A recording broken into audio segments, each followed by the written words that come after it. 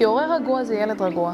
ואיפשהו לשבור את המעגל הזה של הורה עצבני וטרות עיניים, זה עושה לי נורא טוב לשמוע שההורים חזרו לישון, כי אין סיבה שלא.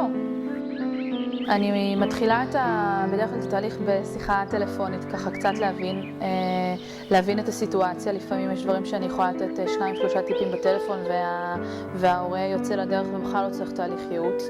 אבל בגדול, אם אנחנו מגיעים לפגישת ייעוץ, אז אני שולחת שאלונים, ככה קצת מאבחנים את הסדר יום של הילד, את הטמפרמנט שלו, מה הוא אוכל, מה האופי המשפחתי, מה הגבולות ההוריים, מה הסגנון ההורות של ההורים.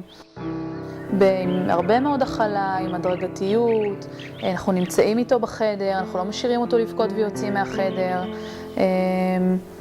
אנחנו שם.